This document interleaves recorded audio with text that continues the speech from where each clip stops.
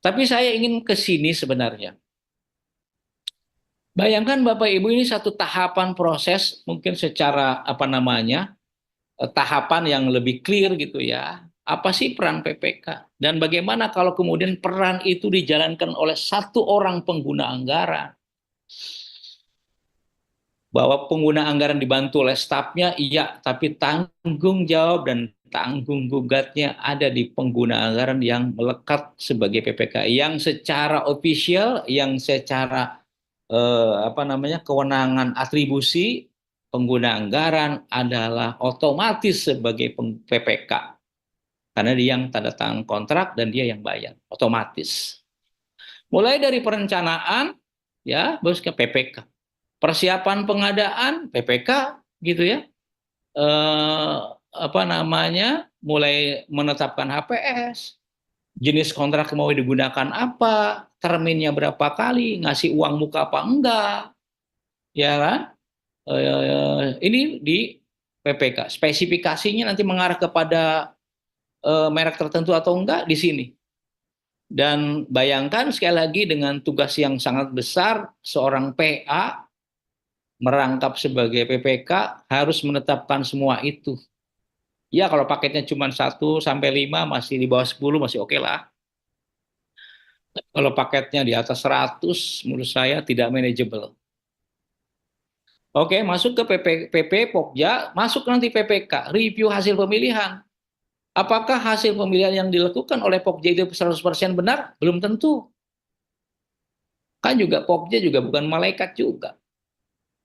Maka ada review. Ini untuk mencegah kalau memang ada prosedur yang salah yang dilakukan oleh Pokja. Saya kalau PP sih mungkin karena nilainya relatif kecil ya. Pertanyaannya adalah, kepala dinas sanggup nggak sih mereview hasil pemilihan? Sanggup.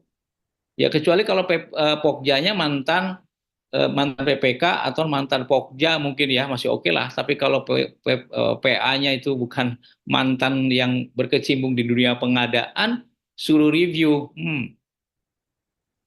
Oke, berikutnya tugas PPK, SPBJ, tanda tangan kontrak, pengendalian kontrak banyak sekali nanti. Di sini di pengendalian kontrak, termasuk nanti serah terima. Jadi Bapak Ibu sekalian, PA, KPA selalu PPK atau PPK mandiri tanda petik, sekali lagi bertanggung jawab atas kebenaran material dan akibat yang timbul dari penggunaan bukti mengenai hak tagih kepada negara. Jadi silahkan Bapak Ibu dipilih, direnungkan, nanti didiskusikan di masing-masing pemerintah daerah dengan sekian banyak rangkaian tugas PPK. Apakah PPK mau pegang sendiri oleh PA? Silahkan. Fungsi PPK didelegasikan dari PA kepada KPA? Silahkan. Kemudian akan didelegasikan kepada PPK sesuai surat edaran Mendagri? Silahkan. Mana yang terbaik menurut Bapak Ibu sekalian? Tapi sekali lagi saya ingin menggarisbawahi, jangan campur aduk dengan soal honorarium.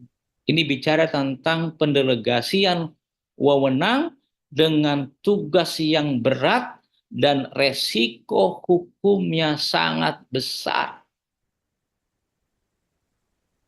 Bapak Ibu sekalian, Bapak Ibu salah prosedur di tempat lain cuma kesalahan administrasi. Bapak Ibu tugas struktural, salah prosedur, salah SOP, paling apa namanya salah administrasi. Ya, hanya ya tegur-teguran lah kira-kira.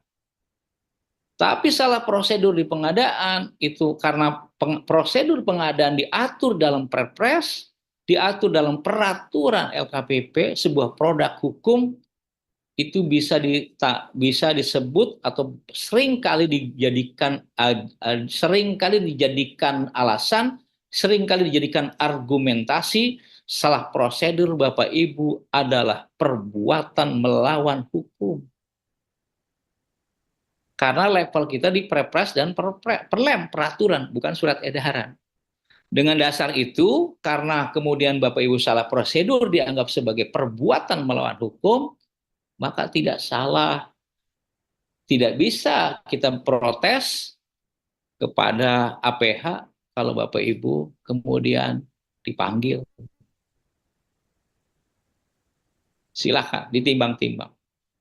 Ya, ini mungkin itu aja. Kalau bagian yang ini saya ingin stop sampai di sini supaya Bapak Ibu bisa merenungkan mana yang lebih maslahat, apakah perlu ada PPK atau tidak. Kalau perlu nanti bicarakan silahkan termasuk dengan keuangan daerah apa namanya sih BPKAD dengan Biro Hukum atau bagian hukum dengan inspektorat silahkan dibicarakan. Mana sih yang lebih atau PPK cukup dijalankan oleh seorang PA saja atau peran PPK dilakukan oleh KPA termasuk di sini kepala rumah sakit, kepala subdinas segala macam.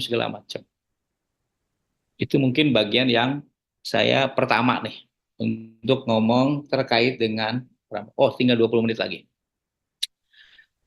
Poin kedua, Bapak Ibu, ini saya sampaikan memang rancangan peraturan LKPP pengganti per LKPP nomor 12 2021 itu masih dalam proses harmonisasi udah 2 kali nih kami melakukan proses harmonisasi oleh Kementerian Hukum, ada hadir PU, banyak kementerian yang hadir, termasuk juga ada Kemendagri yang diundang.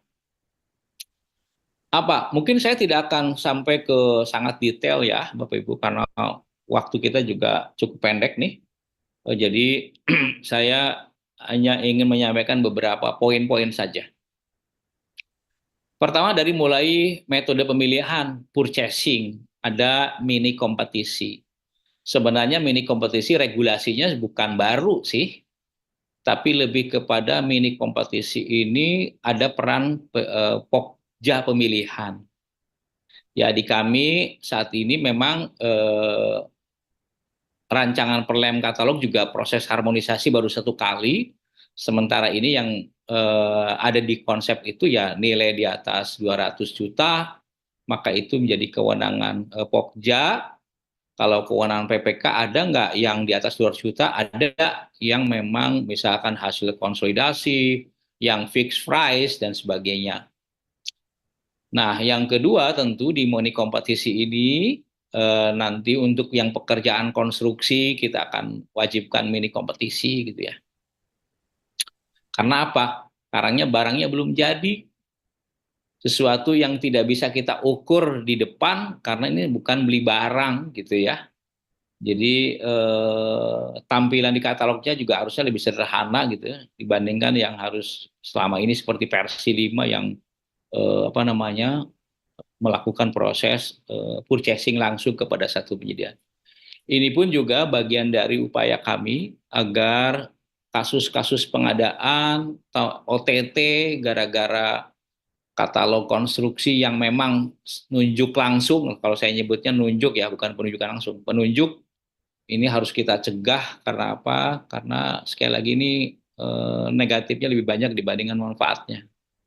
Ya, soal jadi nunjuk langsung ini caranya dengan katalog. Nah, oleh karena itu bagian ini yang kita akan teknikan.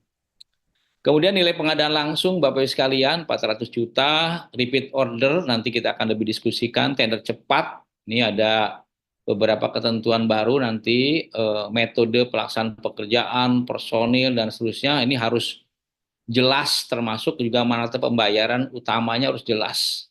Jadi kalau Bapak Ibu opsinya mau tender cepat harus jelas penetapan MPU-nya, metode pelaksanaannya. Jadi penyedia itu tinggal hanya nawar harga itu betul-betul nawar harga, tapi metode pelaksanaan sudah ditentukan oleh Bapak Ibu PPK berdasarkan tentu kajian, masukan atau rekomendasi dari konsultan perencana.